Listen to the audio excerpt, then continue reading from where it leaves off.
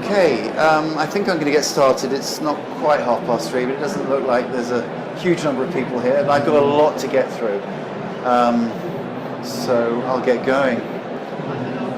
Can I just get an idea of who's here? Do any of you have products that you sell on the internet? Any show of hands? You. Brilliant. Are you going to set up an e-commerce store, or do you just have a normal website? Okay. Fantastic. And had you considered selling on Amazon? Yes. Okay. Brilliant. Anybody else?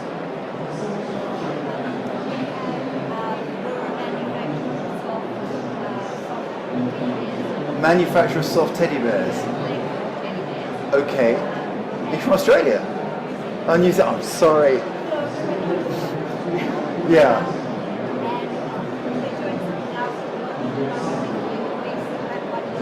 So they're your own brand? Okay. Had you considered Amazon? Do you know about Amazon? Okay. And your own e-commerce store as well? Fantastic. Fantastic. Anybody else? Are you guys?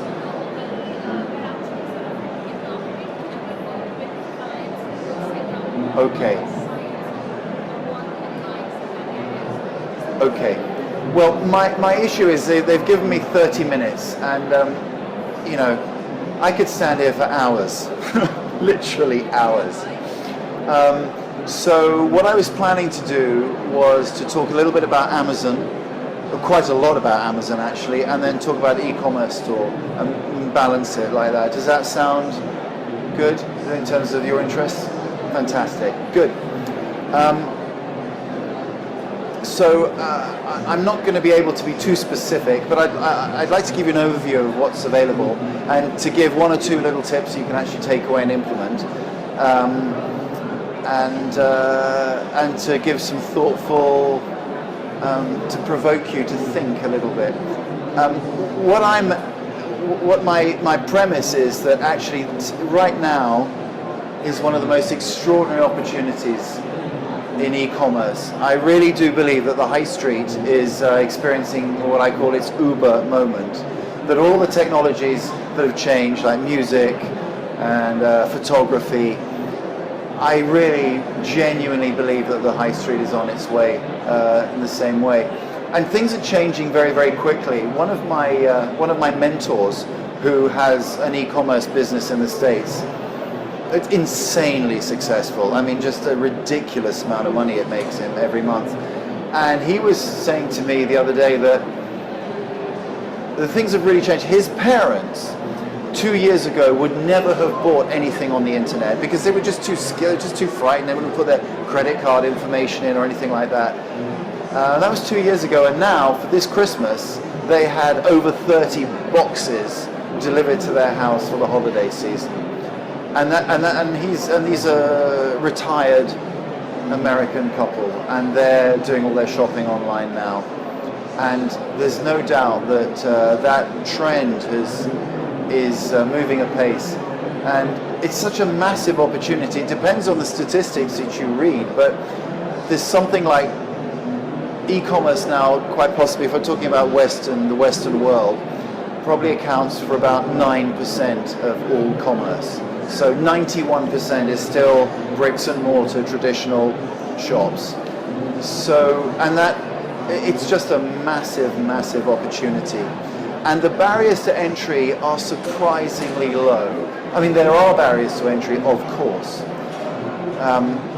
but they're lower than you might think. So I'd just like you to just think a little bit about this opportunity in e-commerce right now, and to think that, well, what is it that you yourselves might want to accomplish, and why you deserve it, and what you're willing to do, and how much you're willing to stretch out of your comfort zone to do it. Because without a shadow of a doubt, the opportunities today are extraordinary.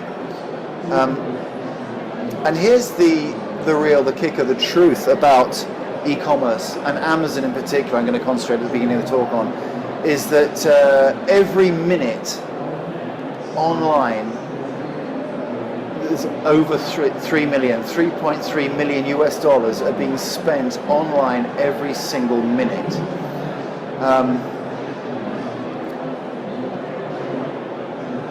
And 16% of that goes to Amazon. 16%. And this is the company whose avowed mission in life is to have the credit card details on file of every single human being on the planet. That's what their goal is. And Amazon is bigger than the next 10 marketplaces online combined. In 2014, Amazon's online sales were $79.4 billion. I think that's billion. I always get confused. It's 79 with a comma followed by 9 zeros. It's a lot of money. 79, and they're the top. Apple are number 2. Would anybody like to hazard a guess at how much Apple earned online? Not people buying their stuff in shops, but online. Amazon did 79.4 billion. How much do you think Apple did? Any guesses? 5? No, more than that. They did 20. Walmart then came next with 12 billion. But the point I'm trying to make is that Amazon is bigger than the next 10 online retailers combined. And in 2015, it became the fastest company ever to reach $100 billion in sales. So why do I think that now is absolutely the best time to embrace e-commerce? If you look at the analyst report, there was a Credit Suisse report recently about layoffs in the retail sector in the United States, and there's lots of them, and it's not just because of the economic cycle, it's because of the changing patterns of people's shopping. And Walmart's revenue growth is flat. Amazon's is going logarithmically through the roof. So it's the single, in my opinion, the single most lucrative section of any audience that you want to put yourself and your products in front of are Amazon Prime buyers. And Amazon's biggest advantage is third-party sellers.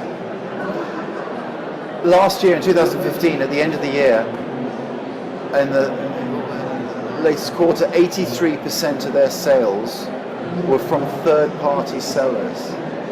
That's people like you and me, and the majority of those people are just 1 and 2 people businesses. So that's just 17% of those products were sold by Amazon itself. The rest was sold by other people. And if you scroll down the Amazon homepage to the very bottom, you come to that section which is basically says "Make money with us." And the first one there, my favorite one, is called FBA. That's Fulfillment by Amazon. So I mean, there's lots of other things. You could publish your own books. You can become an affiliate and all the rest of it. But Fulfillment by Amazon gives you the opportunity to put your own products, your own brand in front of this massive marketplace, and you get all the perks. Amazon does everything. I mean, if you were to sell your products from New Zealand, you'd ship them off to an Amazon warehouse, and they take care of everything. They take care of the warehousing, the sales. They take the money from the clients. They do absolutely everything. Oh yeah. Yes, I'll come on to that in a second. But basically, the logistics is handled by them, and they just cut you a check every 2 weeks. It just pays regular clockwork into your bank account. Now you say, well, how do you sell? That's the question that you just asked. Well.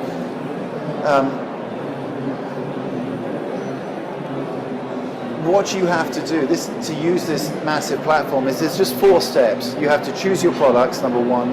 You have to source the products. You have to create the listing on Amazon, and then you have to launch it. Now, the product selection, there's ways and means of doing this. I'll go through it step by step. I'm just very conscious of the time, and I have so little time that I will whiz through this very, very quickly. But You either have your own products already, or you can choose them. And there are things like you can go onto Amazon and you can see what the best selling products are. There's something called bestseller rank, the BSR, and you can see from that. And obviously, if you're in a category, home improvements, and you're BSR number 1, you are the top selling product in that category. And there are lots of subcategories, and you can see what are the top sellers in any category. And Amazon will give you the list of the top 100, which may or may not be the best place for you to try and compete in. It's more cutthroat. And there are tools, and I certainly have available tools to analyze further down into the bestseller rank, but Amazon doesn't give that information out so easily. But you can sell absolutely, what can you sell there? Absolutely anything. Anything that you can buy in a shop, you can sell on Amazon. I mean, some things are better to sell than others, and I would recommend things that are relatively small and easy to post before you start thinking about selling things like this. Sourcing a manufacturer, I won't spend too much time on that, but it's actually surprisingly easy. Even if you want to source teddy bears, just Google teddy bears wholesale supplier. There are search engines for this, Chinese ones, Alibaba and places like that. You may not necessarily find the best suppliers. A lot of people on those sites, AliExpress, are middlemen. I have a client who has a factory in China, and they have a procurement agent in an amazing city called Yiwu, where they just have miles and miles and miles of factory shop fronts. And if anybody is interested in further help in this, I can certainly help with procurement of products. But the question you asked just now is really, what do you do to market? Well, you have to create the listing.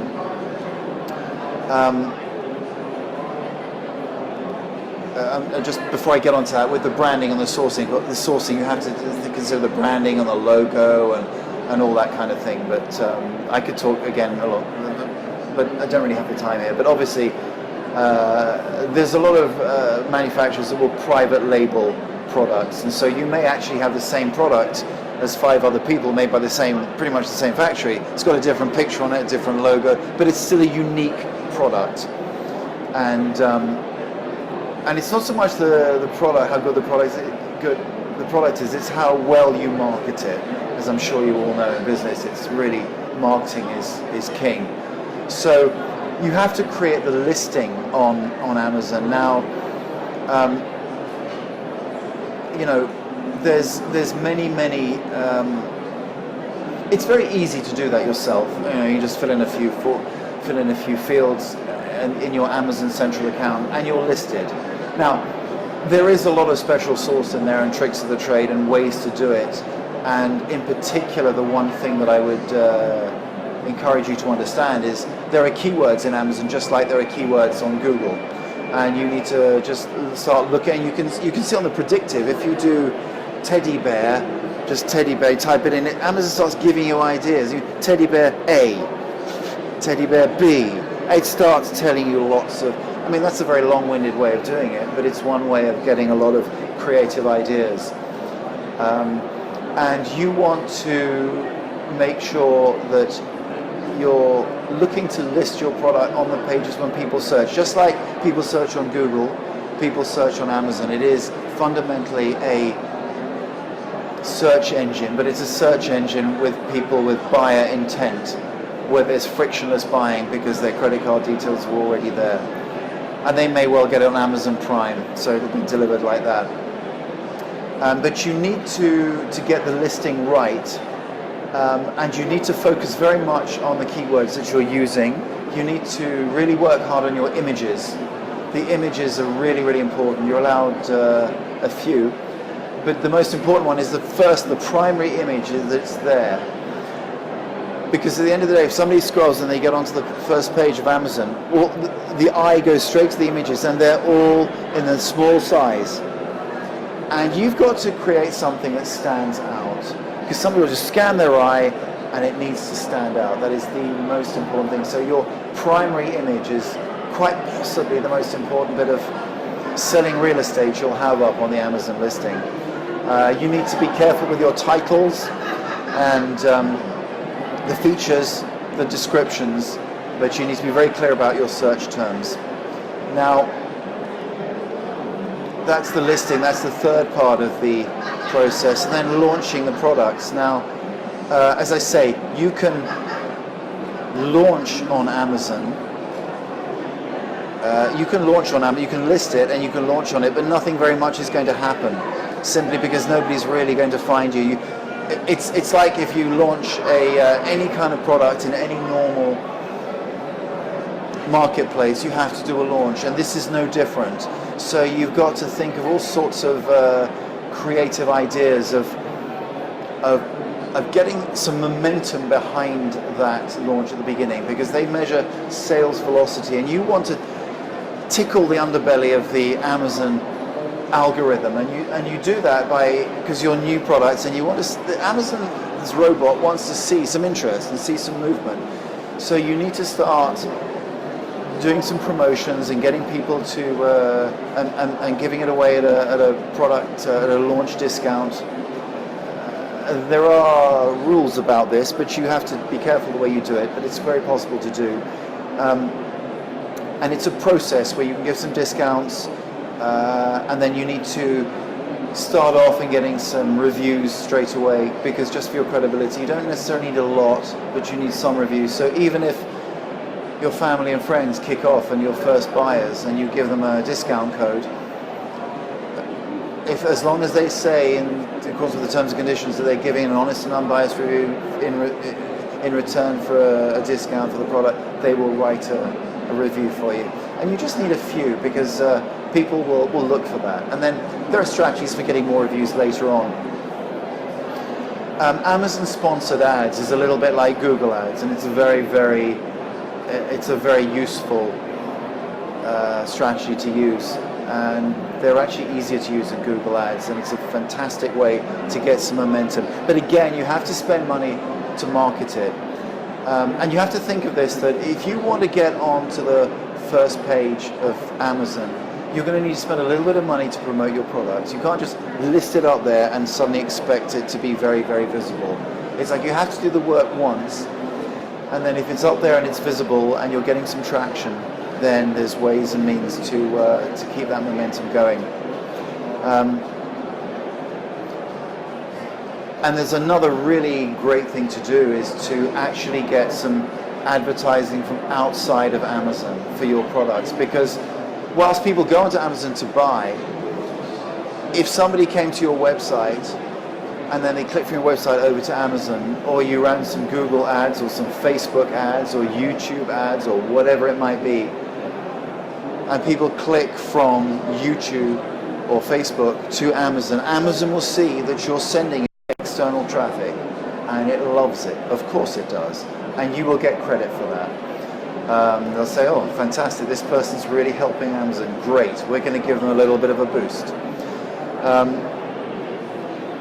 So launching is a real it's a real art form, and there's lots of tricks and ninja tricks that I have at my disposal, and if you're interested in doing this, I could certainly talk to you about it further, but to talk like this, I'm already running really short of time, so it's very difficult to do that. But all I want to stress is that anybody, anywhere, from any part of the world can do this. Doesn't it make sense to use Amazon? It's the fastest company. It's grown to 100 billion in sales. It's got over 200 million credit card details on file with one-click purchasing, and Amazon actually has a patent on that. And you can start with small numbers. You don't have to start big. But it's an absolutely amazing platform, and well worth considering. So I've only got 10 minutes to go, so I'm going to switch over to e-commerce generally, and I'd love to spend more time talking about Amazon. I'd love to spend more time talking about e-commerce than I'm going to. But the beauty of setting up your own e-commerce site is that you're building your own asset, because of course Amazon has so many advantages, but ultimately it's Amazon's business, and if for whatever reason they decided that you'd broken their terms of service, or they just want to shut you down or whatever, they can take your business could be lost like that, because it's not your business. Now, they're not in the habit of doing that for spurious reasons, but it's a big bureaucratic organization, and sometimes you'll get shut down for silly reasons through no fault of your own, and then by the time, it might take a few weeks to get switched back on. These things do happen, unfortunately. But and you need to follow up with your customers on Amazon and give them great customer service, but you won't get the customer details. Amazon protects that jealously. But of course you can write to them, you can send emails to them through the Amazon system, it's just you won't be given their email addresses. So one of the beauties about building your own e-commerce store is it is your own business, it's your own asset, it's your own email list, and these are things that really count for a lot.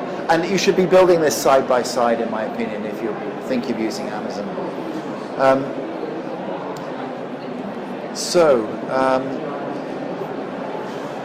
Gosh, I don't know how to spend the rest of my time. There's so much to say. But first of all, you need to know what products you're selling. You need to kind of somehow or other validate them and check that they really do sell and that they're good products. There's lots of things to do, and what's your pitch? What problems are you solving? What's the solution? Why are you different? How easy is it for your product to be posted? Now these are, again, this isn't unique to e-commerce. These are things that are relevant to all kinds of products and marketing. But you need to think about them.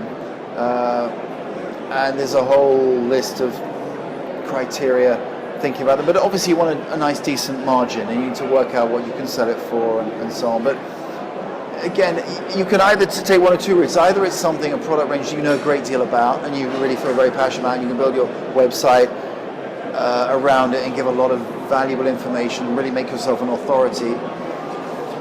Or you can sell something that you have absolutely no interest in whatsoever because you know it sells. There's two very different approaches. And it's horses for courses. So the marketing is the absolute key thing for any kind of product range you're marketing online. Because no matter how good the product is, if you don't market it properly, you're not going to get any sales. Now, if I was speaking for a lot longer than I am, I'd be going through the following headings.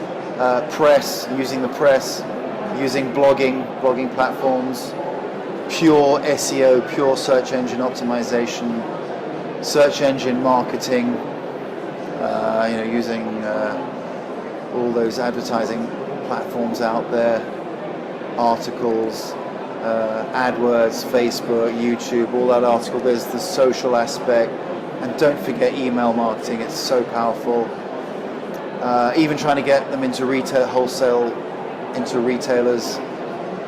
Those are some of the things. But you want to be focusing on getting repeat business, because existing customers are always more valuable than new ones, and they're worth a lot more for you in the long run, the lifetime value of your customers. So think about repeat customers and marketing to them constantly.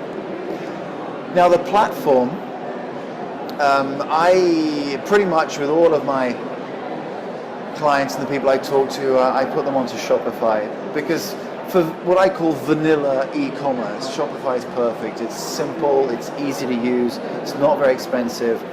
I mean, if you're a business with a multi-million pound company business, it's very, very complex. There's other platforms that might be better. BigCommerce, WooCommerce, Magento. A lot of people I've met at this exhibition here use Magento, NetSuite. There's various ones, but for a small time business, Shopify, you don't really need to go any further than that. And you don't need to spend a lot of money on some web designer to put up a Shopify site for you. You can do it yourself. You just buy there's plenty of free themes. I don't know, do you all know about websites and WordPress themes? Well, in the same way with Shopify, you can get themes. There's plenty of free themes around. But if you wanted something a little bit more sophisticated, they're not that expensive. For maybe $100, $200, you could buy something really, really amazing that could just. It's going to use some bad language there for a minute. They really, really move some products. It's excellent, and you don't have to spend very much, and you can set that up yourself. Not difficult. There's plenty of ninja tricks that if you did set it up yourself, I'd love to help you, and I'd love to give you some of those ninja tricks. There's all sorts of things, like cart abandonment. People go onto your cart and then they don't finish, and then you can send them an email later on. It's automated, of course. There's a plugin that will do that for you. And then some really amazing things that one of the tools I use is, somebody's gone onto the e-commerce site and they've bought some t-shirts or trinkets or whatever it is, and then they check out, they get a little message pops up, thank you for your custom, we'd love to offer you a 25% discount on anything else in the store, valid for the next 20 minutes. I mean, things like that work like magic, they really do. And it's those little things that really make a huge difference. Another quick tip that I give you is if you can have an online chat facility on your e-commerce site, it adds so much to your credibility. It really does. And it doesn't have to be you there. I mean, it might be, or it might be an outsourced worker or a virtual assistant or something. I mean, certainly, I think many people's experience is at the beginning, if you're launching an e-commerce site, it's not a bad thing to do the online chat and the customer support yourself, because you're going to be at the coalface and you're going to see the problems and you're going to hear the feedback and you're going to see the issues that are coming up in your business. And I think it's a really good use of your time at the beginning. But it's certainly not what you want to be doing down the road, that's for sure. You want to start putting in standard procedures so that you can outsource that kind of thing.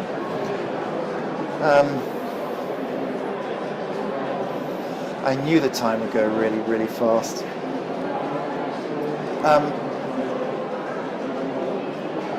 I'll just a few quick tips, and then I'd like to talk about sales funnels. And so I'm going to whiz through this very quickly. In terms of the tips, be very clear. Make it very clear what you're selling. That really helps. Don't make people guess. Tell them. I mean, I know it sounds silly, but it makes a big difference.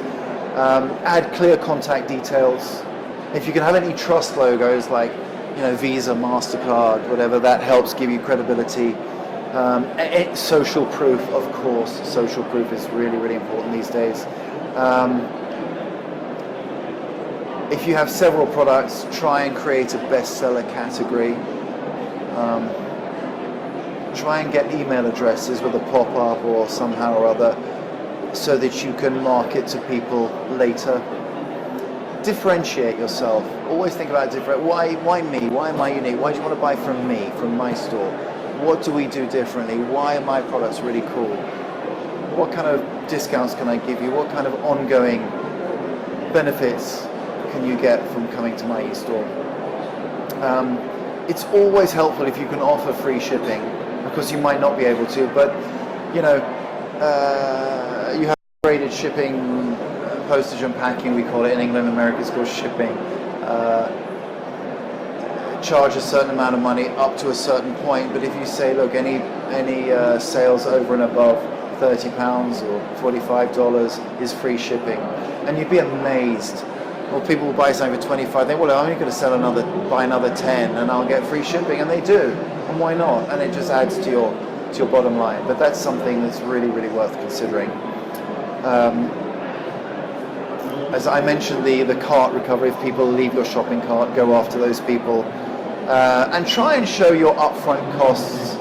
Sorry, your costs, all the costs as upfront and as early as possible. Because if people suddenly get to the end of the process and they think they're being ripped off with your shipping, they'll just abandon and not go through it. I would love to have spoken about all of those things at much greater length, and I need to call it a day pretty soon, but I just want to end with talking about something that I'm really passionate about creating for my clients, and this is really cutting edge stuff and quite technically complex, but can really add a huge amount to your return on investment and your bottom line. And these are marketing sales funnels. And I suspect you've probably come across them online. If you ever buy any information products, you know how you'll put your email in, they'll send you a report. You've given your email and you've got something of value from it, an email report or something, and then it'll be the page will pop up with a video saying, "Hi, thank you for buying," and I just wanted to, you've just now got this wonderful one-time opportunity to buy whatever, and they try and pitch you on a one-time offer. And then if you say yes, you go here, and if you say no, you go there. So they might be saying, "Thank you so much for buying our latest and greatest teddy bear. Would you like, for your Christmas present for your children, here's a sort of set of Gruffalo whatever, special thing, buy it early, you get a special discount," whatever. And they don't have to say yes, they don't, but some will. And you want to try and maximize what you're marketing to. In the supplement business, for example, if you buy some supplements, one of the things that actually works really well is you've bought your supplements, and then the thank you page comes up and says, "Great, thanks for buying your Garcinia Cambogia. Would you be interested in buying an extra 5? So you got an extra 5 months supply, so you got 6 months supply, and if you buy it now, you'll get this discount." And it's amazing the number of people that do buy it. And if the answer is no, you can offer them something else. And it's a sales funnel, and each industry, each marketplace, whatever you're selling, different funnels will work in different marketplaces. So if you're offering business coaching, you'll use a different kind of funnel. If you're offering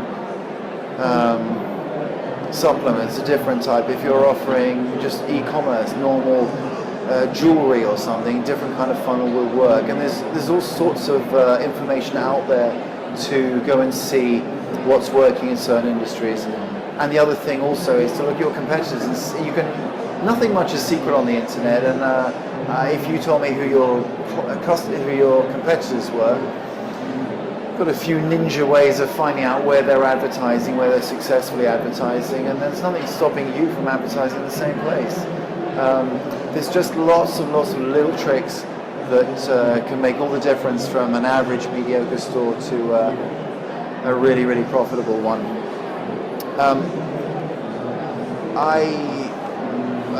One of my mentors, one of the things when I was learning about funnels and how useful they are is these things, you want to tweak them, you want to split test them, but when you get it and you get it right, you put a really good sales marketing funnel on your e-commerce store, it can absolutely launch your business into the stratosphere. They can make a massive difference. And if you get that funnel right, it's cracking what you can achieve. And that's something I love to talk to clients about and try and find one and work one and test one and create one that really, really works.